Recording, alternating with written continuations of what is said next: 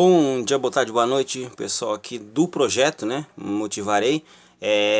A lição a gente dividiu aqui, né? Tive que parar aqui a gravação, né? E lembrando que, como eu não faço edição dos vídeos, então eu subi os vídeos na sequência. Então esse aqui é o quarto vídeo da sequência, né? O primeiro tem 30 e poucos minutos, o segundo 30 e poucos minutos, o terceiro vídeo tem 12 minutos e esse aqui é o vídeo, né? Que eu vou procurar encerrar, né? Dentro do cronograma aí pra já subir. Que eu pretendo fazer a gravação da semana que vem, para já adiantar. Então a gente precisa concluir esse assunto. Você que não é inscrito, se inscreve no canal, dá essa força, essa moral para nós, beleza?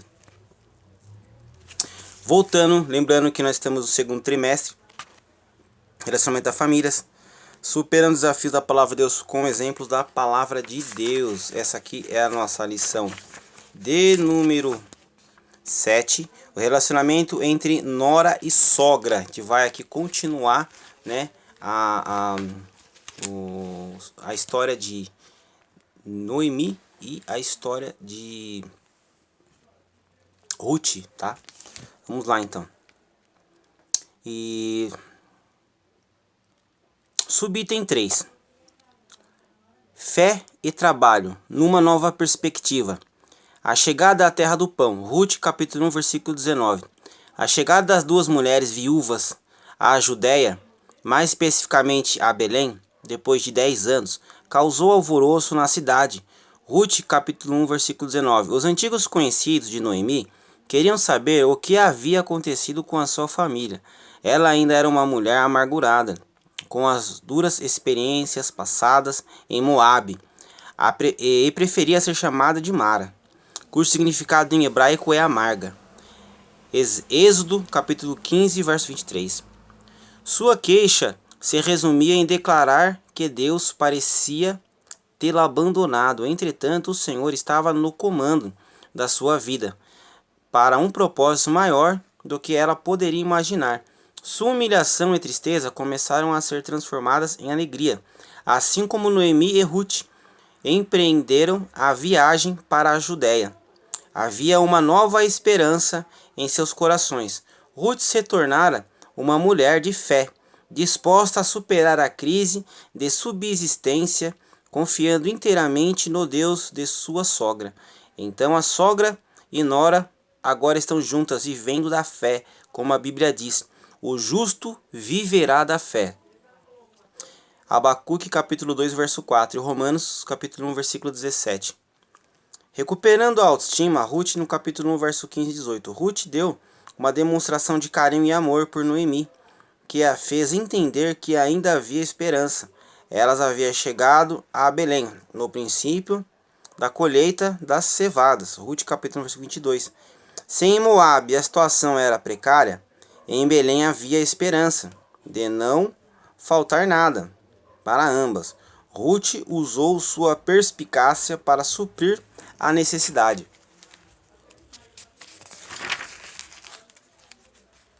Da casa. Ruth capítulo 2, versículo 2. Essa atitude contribuiu para que Noemi levantasse o seu estado de espírito e sua autoestima. É muito importante que na família haja pessoas dispostas a animar as outras. Subitem 3. A honra do trabalho no campo de Boaz. Ruth capítulo 2, verso do 8 ao 17. Havia um campo que pertencia a um parente de Elimeleque, chamado Boaz. Ruth capítulo 2, verso 1. Ruth foi para esse campo de cevada, a fim de ajuntar as espigas que os segadores abandonavam, prática permitida e concedida aos pobres pela lei mosaica. Deuteronômio capítulo 24, verso 19 ao 21. Assim Ruth se dispôs a trabalhar pelo seu sustento e de sua sogra, Noemi. Ruth capítulo 7, verso 7. Ela teve iniciativa e persistência, não teve medo de correr riscos. Ruth capítulo 2, verso 2. Estava determinada e disposta para alcançar o objetivo desejado. Mais adiante, ao descobrir a generosidade dessa estrangeira para com sua sogra, Boaz ofereceu seu tempo, sua proteção e tornou-o provedor de Noemi e Ruth. Sinopse 3. A chegada a Belém, o trabalho de Ruth e a descoberta de um possível remidor reacenderam a esperança e a autoestima de Noemi. Ruth reencontra o remidor da família. Ruth descobre o remidor de Noemi. Ruth capítulo 4, verso 1 a 9. Ao se dispor a apanhar restos das espigas deixadas pelos empregados de Boaz, Ruth descobre que ela está perante de Elimeleque, e por isso, segundo a lei de Boaz, podia redimir essa herança para que ficasse dentro da família, e a viúva não ficasse mais desamparada. Ele fez todo o procedimento a respeito da propriedade conforme orientava a lei. Aqui podemos perceber que Boaz é um tipo de Cristo, nosso Redentor, que sendo rico se fez pobre, para nos fazer herdeiros da sua riqueza espiritual, 2 Coríntios capítulo 8, versículo 9. Há riquezas de Cristo para a nossa família. Boaz redime Ruth, a Moabita, Ruth capítulo 4, verso 11 ao 13. Boaz foi para a porta da cidade, onde se reuniam os anciãos do povo na forma de um júri, os quais julgavam as causas do povo. O remidor por direito era outro homem, porque aquela parte da terra que pertencia a Elimeleque estava à venda. Portanto, a herança representada por aquele pedaço de terra pertencia a outro, mas Boaz se dispôs a casar-se com Ruth, para que aquela terra fosse dele. Convencendo os anciãos e o antigo dono a fazerem assim, mais que isso, Boaz redimiria Ruth, pagando o preço daquela terra e o direito de resgate da viúva. Foi assim que Ruth, a Moabita, entrou para a genealogia de Jesus. Após casar-se com Boaz, ela deu à luz um filho, o qual recebeu o nome de Obed, o pai de Jessé, e este o pai de Davi, o grande rei de Israel. Ruth capítulo 4, versículo 13, verso 17. Quando Jesus se manifestou na terra, tornou-se conhecido como filho de Davi. Mateus capítulo 1, verso 3 ao 6. Formando os elos da linhagem do Messias. Noras e sogras. O relacionamento entre nora e sogra tem muito a ver com o equilíbrio do relacionamento familiar. Se a relação entre elas não for sadia, muitas outras relações familiares podem ser afetadas.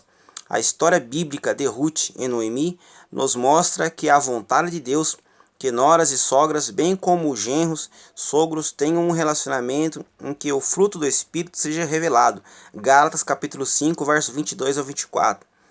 Com a história dessas duas personagens, aprendemos que nora e sogra podem superar juntas a dor do luto, o período de escassez em que toda a família está sujeita a passar, a enfermidade de um filho ou de um neto. Nos momentos difíceis da família, elas podem ter um esteio para todos. A palavra de Deus diz que em todo devemos glorificar ao Senhor, e isso passa pelos relacionamentos mais próximos dos cristãos. 1 Coríntios capítulo 10, versículo 31. Sinopse 4. O Senhor honrou as suas servas fiéis por meio de Boaz, o resgatador, que tipifica a ação remidora de Jesus Cristo, inserindo-nos à família de Deus. É legal também, como a gente está fazendo a leitura, você abre a sua lição, vai fazendo a leitura e vai anotando no seu caderno. No seu caderno você vai anotando os pontos que você acha importante. Uma coisa que é importante ressaltar aqui, que Boaz, ele tipifica Cristo, tipo de Cristo. Por quê? Porque aqui ele entra na história como uma redenção, né? Como uma maneira de ajudar, né, as viúvas, né? Ruth, ela se predispõe, né, a pegar o resto das espigas, né? Ela estava à disposição a trabalhar. E nessa disposição dela, ela foi vista por Boaz, né, que era permitido pela lei mosaica lá em Deuteronômio que as viúvas e os mais pobres pudessem ali pegar o resto da colheita que sobrasse, né? Então eles estavam dentro da lei. E ela se predispôs ali, ela estava catando ali a comida ali, né, que nem a xepa do fim de feira. Então ela estava pegando a restinga ali, o resto, né, que aí ia ficar por aí, que ia ser perdido. E aí Boaz, vendo aquilo, né, ele veio observando, né, ele entra como resgatador, né? Ele adota ali, né, as duas, né? Ele adota as duas para fazer parte da família dele. E aí, inclusive, Boaz casa com Ruth, né? e tem ali um filho com ela, né? E o filho, o filho do fruto de Boaz com Ruth é Obed, né? Que tá aí dá-se a linhagem aí de a partir de Obed dá-se a linhagem aí a linhagem davídica, né? Aí ela passa a ser inserida dentro da família de Cristo, né? Você vê que Ruth não fazia parte. A partir do momento que ela contrai matrimônio com Boaz, né? Ela era viúva, contraiu matrimônio com Boaz. E o fato dela estar ela estava no campo, colhendo ali as espigas, aí isso chamou a atenção de Boaz. Então ela passou a fazer parte da linhagem de Cristo, né? Porque ela estava no lugar certo, no momento certo, né?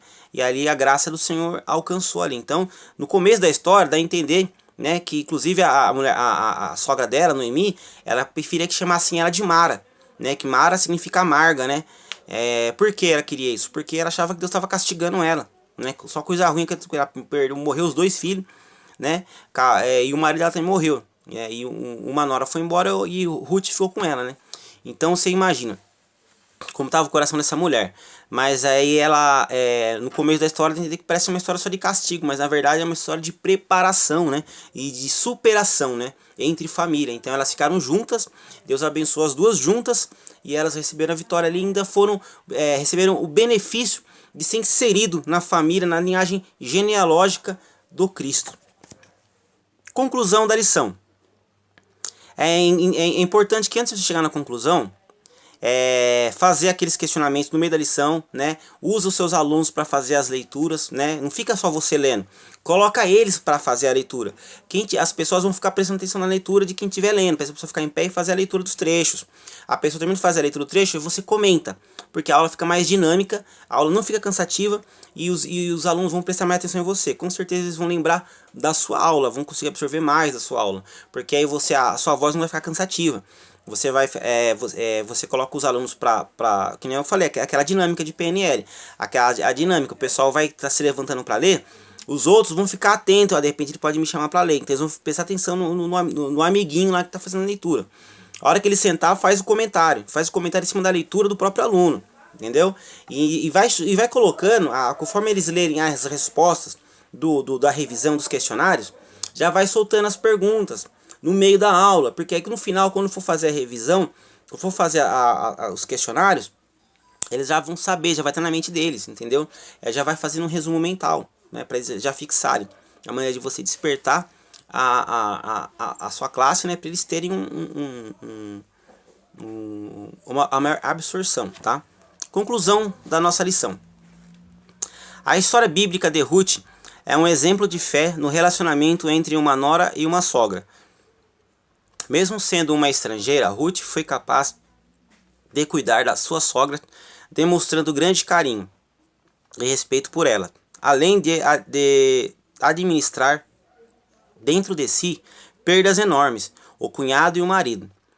Mas diante de tudo isso, Deus honrou o seu trabalho, pelo qual sustentou a si mesma e a casa de Noemi. Portanto, a vontade de Deus é que as sogras e noras, bem como os genros e sogros, vivam em união, de maneira que a família seja ricamente abençoada. Então esse é o propósito de Deus, né? O propósito Deus, quando ele institui a família. Lá no Gênesis, a ideia da família realmente proporcionar união, deixar as pessoas juntas, unidas, próximas, né? Esse é o grande segredo aí da família cristã, né? O projeto família, né? Lá no Éden.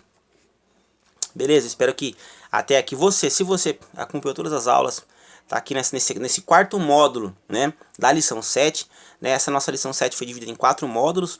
Então, tem aqui material para você, audiovisual para você ouvir, né? Vai ser melhor para você fazer a absorção da lição, porque aqui você abre a sua lição, você vai ouvindo e vai acompanhando com os olhos aí na sua lição, tá? Para você melhor identificar os pontos que você acha importante para você repassar para os seus alunos.